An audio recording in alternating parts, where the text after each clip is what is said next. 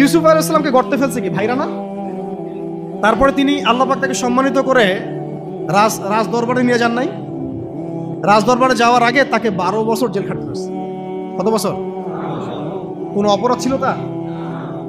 মেয়েরা, কিছু মেয়ে তার সাথে খারাপ কাজ করতে যাচ্ছিল, তাই না?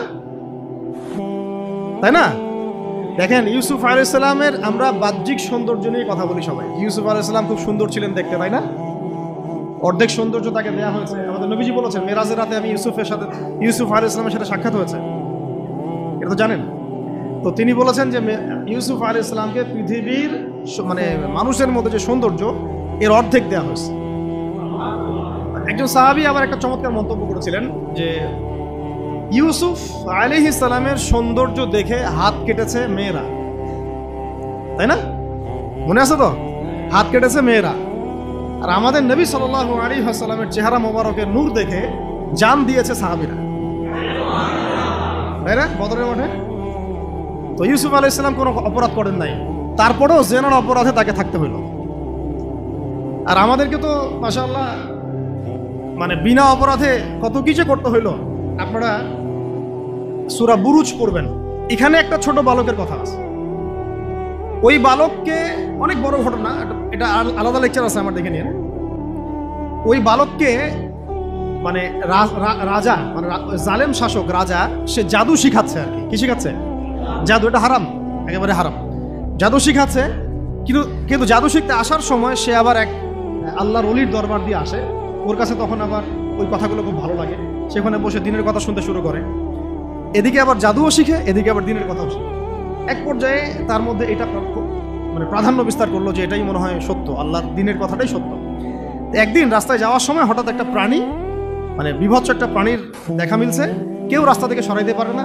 তখন সে চিন্তা করলো যে আজকে আমি পরখ করে দেখবো যে এই জাদুঘরের এলেমটা বেশি কার্যকর না আল্লাহর ওলির এলেমটা বেশি কার্যকর। সে একটা পাথর নিয়ে নিক্ষেপ করে বলল, যদি হে আল্লাহ, আল্লাহর ওলি তোমার কাছে, এই পাদ্রী বুজুর্গ তোমার কাছে বেশি মাকবুল হয়, তাহলে আজকে এই ঢিলের ওসিলায় তুমি এই প্রাণীটাকে মেরে ফেলো। তো ওই ঢিল দেওয়ার সাথে সাথেই প্রাণী মারা গেছে। তো তখন সে মাশাআল্লাহ ইসলাম কবুল করে ভিতরে, কিন্তু প্রকাশ করে না।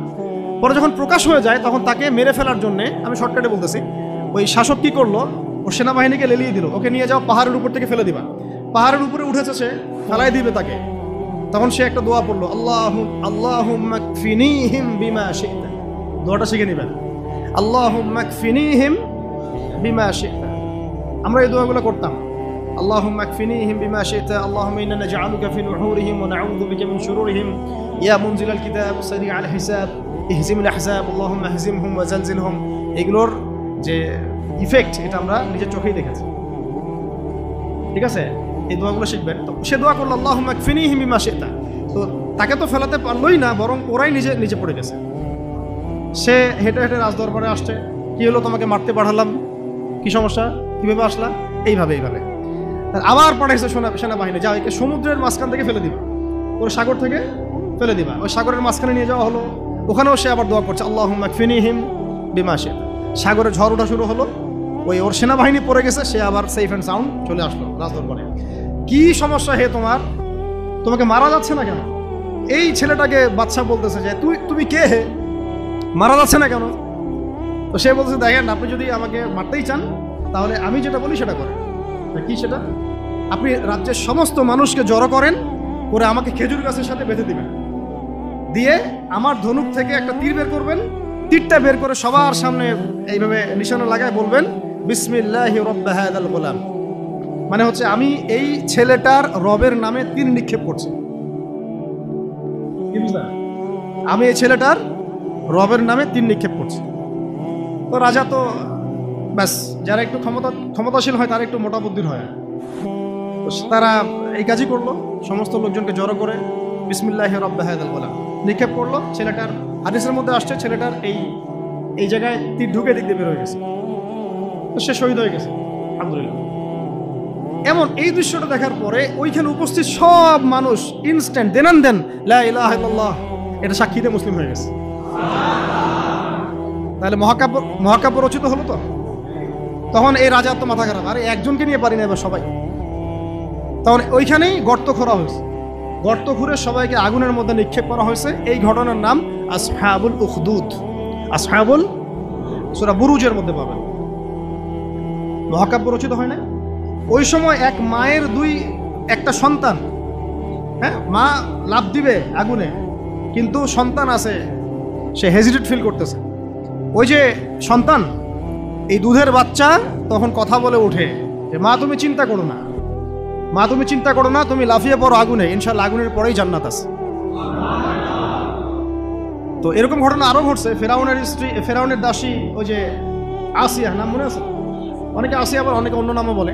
তার সন্তানকে এভাবে গরম তেলে ফেলে দেওয়া হয়েছে, এবং তাদের সেই যে মাকবারা, কবর, সেখান থেকে নবী সাল্লাল্লাহু আলাইহি ওয়াসাল্লাম তার যে জান্নাতের ঘর, আল্লাহ পাক তাকে জান্নাতের ঘর দিয়েছেন, ওই ঘরের যে ঘ্রাণ, এটা নবী সাল্লাল্লাহু আলাইহি ওয়াসাল্লাম মেরাজের রাতে পেয়ে এসেছেন। সুবহানাল্লাহ। এগুলো কিন্তু মহাকাব্য রচিত হয়েছে।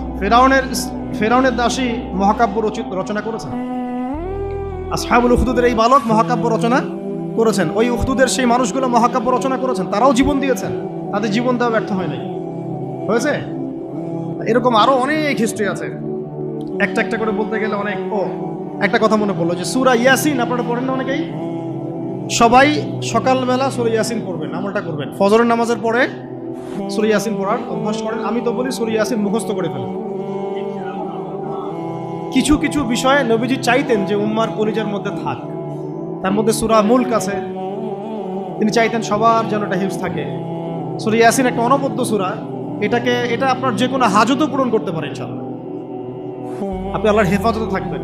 তো এখানে দেখবেন পড়তে পড়তে পড়তে এক জায়গায় পাবেন যে একটা করিয়া, মানে গ্রামের মধ্যে 3জন ব্যক্তিকে আল্লাহ পাক নবী করে পাঠিয়েছে একই সাথে, মানে একই সাথে 3জন নবী একটা এলাকার মধ্যে, ঠিক আছে?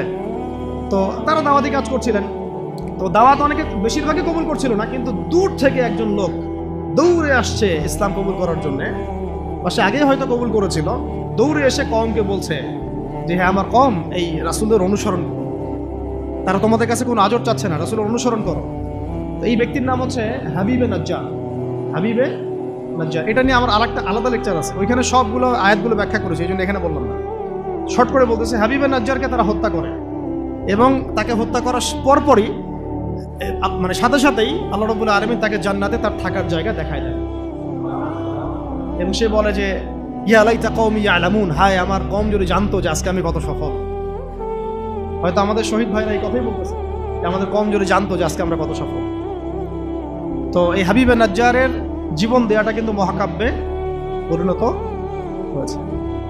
আসহাবুল কাহফও জীবন না দিলেও তারাও কিন্তু তাদের পুরো সভ্যতা থেকে বেরিয়ে গিয়েছিলেন।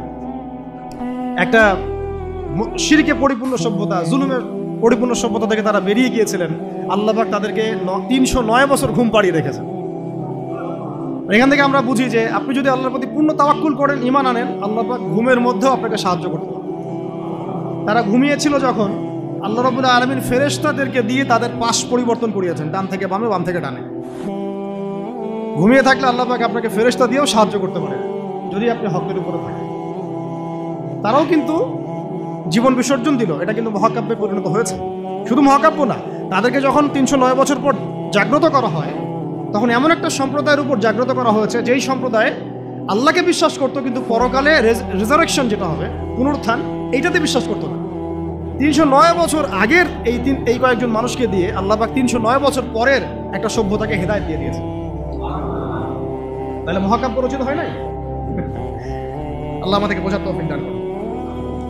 নবী মুসা আলাইহিস সালাম ফেরাউনের যে কবল, এখান থেকে নাজাত দেওয়ার জন্য মুসা আলাইহিস সালামকে আল্লাহ পাক পাঠান নাই?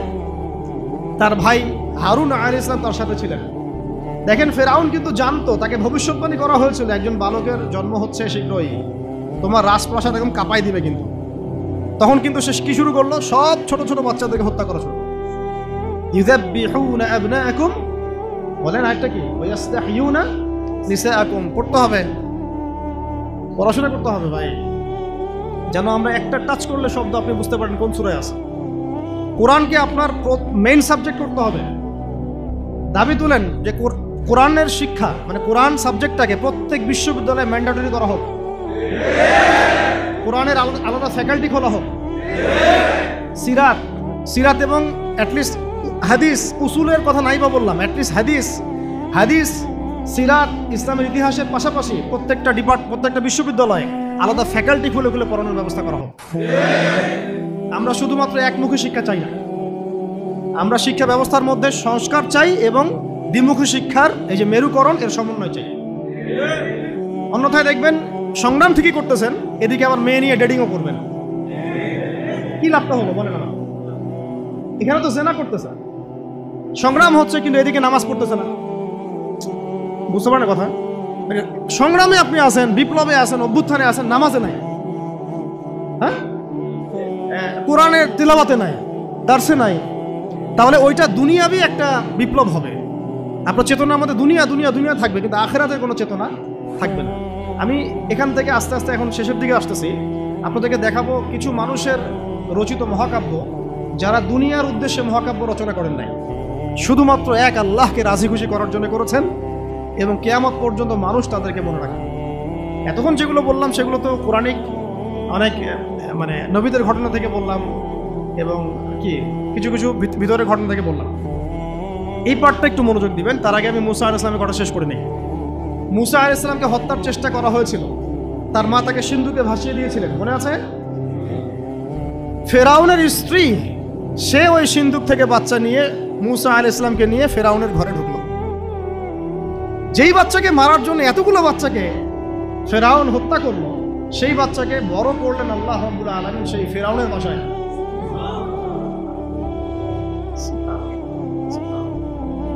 আল্লাহু আকবার। বাংলাদেশ সেটাও দেখলো যে গুটি কয়েক